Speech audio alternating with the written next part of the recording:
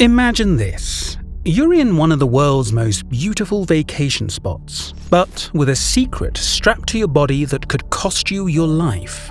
For the Barley Nine, that's exactly what happened. And when authorities finally closed in, they uncovered something far more sinister than a vacation gone wrong. 9 young Australians had been recruited to smuggle illegal substances out of Bali, risking not just prison, but their very lives. What started as a reckless plan would soon spiral into an international scandal, with devastating consequences for everyone involved. This is the true story of how one group's dream vacation spiraled into one of the most infamous crime cases in modern history. A story of dangerous choices, high-stakes consequences, and the thin line between freedom and a fate far worse. In 2005, Renee and Martin, 2 young Australians, were ready for a getaway in Bali. Sun, beaches, and carefree living. But their trip was far from ordinary.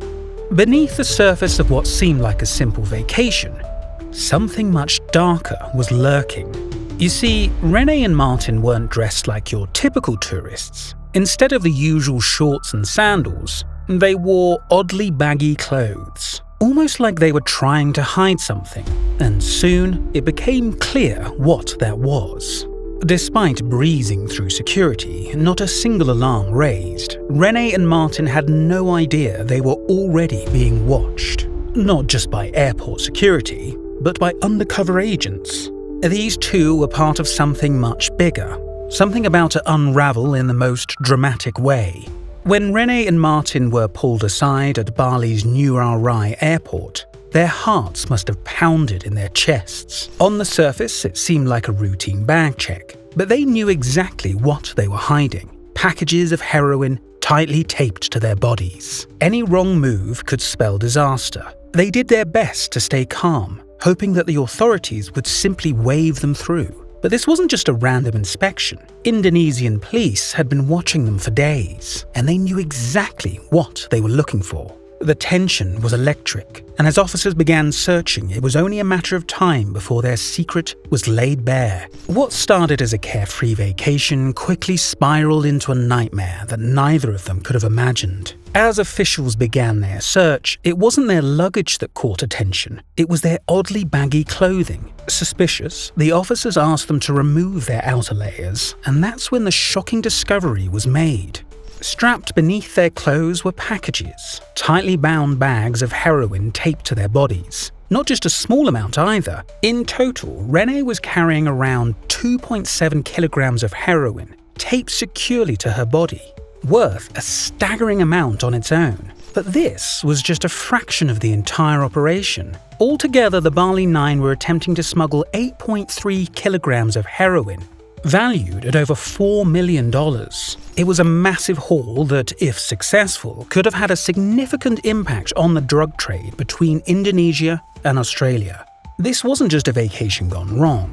They weren't tourists caught with a little contraband. They were part of a major drug smuggling operation, and their capture was just the beginning of a case that would soon rock 2 nations. They were smaller players in a much larger, dangerous game. Their names would soon be tied to a notorious drug ring, now known as the Barley Nine. Andrew Chan and Mayuran Sukumaran weren't just casual criminals. They had a well-oiled scheme. Their plan was simple, but dangerous. Recruit vulnerable young Australians, often people who were struggling financially or eager for adventure, and lure them in with a promise of an all-expenses-paid trip to Bali. The catch? They'd have to smuggle drugs back to Australia. In exchange, Andrew and Mayuran promised a handsome payout, tens of thousands of dollars for the risky job. To some, it seemed like a small price to pay for a dream vacation and easy cash. Andrew and Mayuran didn't rely on chance to find their recruits. They targeted people through personal connections and word of mouth, looking for individuals who were desperate enough to take the risk. Once recruited, the mules would be flown from Australia to Bali, where they'd pick up the packages and hide the drugs on their bodies for the return flight to Australia. This particular operation was on a much larger scale. Andrew and Mayaran's plan was to have 9 people, all young Australians, smuggle heroin back into the country. The group later became known as the Barley Nine. Each member had a specific role to play, with their trips carefully planned to minimize suspicion. The mules would all travel separately, each carrying a portion of the total haul. If they succeeded, it would be one of the biggest drug trafficking runs between Indonesia and Australia. But Rene and Martin were just the tip of the iceberg. After their arrest, the authorities connected the dots, quickly uncovering the larger web spun by Andrew and Mayaran. Within days, more members of the Barley Nine were in custody. However, not everyone was caught on the same day. The arrests unfolded in a carefully coordinated sting operation. Rene and Martin were among the first to be stopped at Bali's airport, but soon after, other members like Scott Rush and Michael Zugaj were intercepted. Each of them was planning to smuggle large quantities of heroin back to Australia on separate flights, but they were all leaving Bali within days of each other. The Indonesian authorities had been watching them for some time, tracking their movements and gathering enough evidence to make their move while the timing was right. It was a calculated operation, meant to ensure that every single member of the Barley Nine would be caught before they could leave Indonesia. But this wasn't just any small-time operation. This was big, this was dangerous. And in Bali, the stakes couldn't be higher. Getting caught didn't mean just prison, it could mean death. But Andrew, he remained calm, almost too calm. Days after Rene and Martin were arrested, Andrew Chan arrived at the airport preparing to board a flight back to Australia. Despite knowing that some of his team had already been apprehended, he seemed completely unfazed. As he waited at the gate, cool and collected, it was as if he had no idea that the authorities were closing in on him too. Little did he know, the Indonesian police had been tracking his every move. When they finally swooped in, Andrew was arrested just moments before his flight.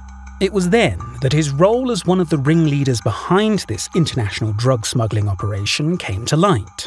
Authorities soon raided Andrew and Mayaran's hideout, an unassuming bungalow tucked away in Bali. What they discovered there left no doubt about the duo's role as masterminds behind the operation. Hidden among the palm trees and the serene setting were bags of heroin, over 300 grams in total. While a relatively small amount was found at the hideout, it was enough to link Andrew and Mayaran to the larger operation involving the 8.3 kilograms being smuggled by their recruits. Combined with what had already been seized from the other members of the Barley Nine, it was enough to solidify their place at the center of this major drug smuggling ring. Rene, Martin, and the others faced harsh sentences, but it was Andrew and Mayaran who took the heaviest blow. Both were sentenced to death by firing squad. For them, there was no turning back. The others, they faced years, even decades behind bars. But the story doesn't end there. Behind the prison walls, Andrew and Mayaran's lives took a surprising and profound turn.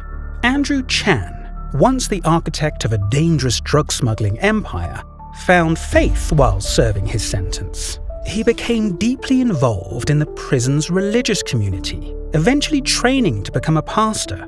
His leadership and dedication to his new calling were remarkable. Andrew started his own jailhouse ministry, counseling other inmates, offering hope, and spreading a message of redemption.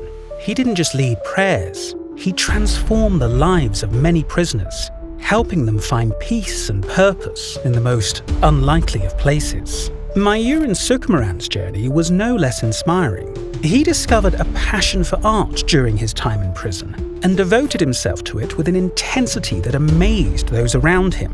Painting became not just a hobby, but a way for him to express himself and give back to the community. His artwork gained recognition beyond the prison walls, with some of his paintings being sold to raise funds for charitable causes. Mayaran also organized art workshops for other inmates, teaching them to find their own voice through creativity. His dedication earned him the respect of both prisoners and guards alike. Together, Andrew and Mayaran used their time in prison to turn their lives around in ways no one expected. Andrew's ministry brought comfort to fellow inmates, while Myuran's artwork and teaching inspired many to believe in second chances. Though their sentences remained unchanged, their legacies within the prison grew stronger with each passing year. In their final years, Andrew and Myuran sought to rebuild their lives, leaving behind a lasting impact on those they touched. Their transformation from convicted criminals to spiritual and artistic leaders left many wondering what could have been, had their redemption come sooner. For a while, there was hope that they might receive clemency, that the Indonesian government might spare their lives. But that hope was short-lived. The appeals were denied, the letters unanswered, and in 2015, it was all over. In the dark of night, under cover of shadows, Andrew and Myuran were led from their cells, shackled and chained. There would be no sunrise for them, only the cold reality of the firing squad. Their final moments were swift and merciless, a reminder of the high cost of crime in a country that doesn't tolerate second chances. Protests broke out across Australia, with thousands pleading for mercy for Andrew and Myuran. The Australian government, too, made repeated diplomatic efforts to save the Barley Nine, especially the two ringleaders. Appeals for clemency were sent, and top officials, including the Prime Minister, called on Indonesia to commute their death sentences. However, these pleas went unheard. Despite the strong opposition to capital punishment from Australia, Indonesia held firm in its strict anti-drug stance. Andrew Chan and Myuran Sukumaran were executed in 2015. Their lives ended far from the sunny beaches where their journey began. But Andrew and Myuran weren't the only ones involved in this case. There were 7 others, each caught in the same deadly web, but their fates were different. Scott Rush, Michael Zugaj, Martin Stevens, Si-Yin Chen, Matthew Norman, Tan Duc Tan Nguyen, and Rene Lawrence were all arrested on the same day or shortly after. Like their leaders, they were recruited to smuggle heroin from Bali to Australia. Scott Rush, a 19-year-old at the time of his arrest, was one of the youngest members of the group. His family fought tirelessly to reduce his sentence, and in 2011, his death penalty was commuted to life in prison.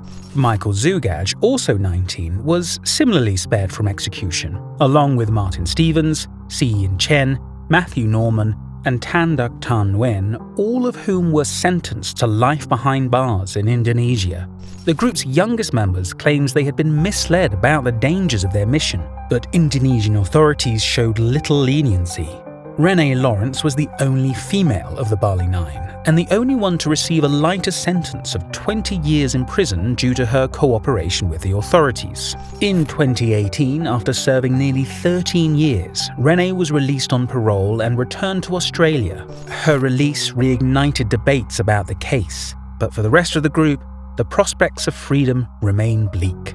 Despite Australian authorities' repeated efforts to intervene, their influence could only go so far. Indonesia's strict drug laws left little room for negotiation, and the sentences handed down to the Barley Nine sent a powerful message to the world about the dangers of drug trafficking in Southeast Asia. The tale of the Barley Nine is a reminder. One single choice can alter the course of your life forever. What began as a carefree vacation turned into a cautionary tale of crime, punishment, and the irreversible consequences of dangerous decisions. Next time you think about that sunny escape, remember this story.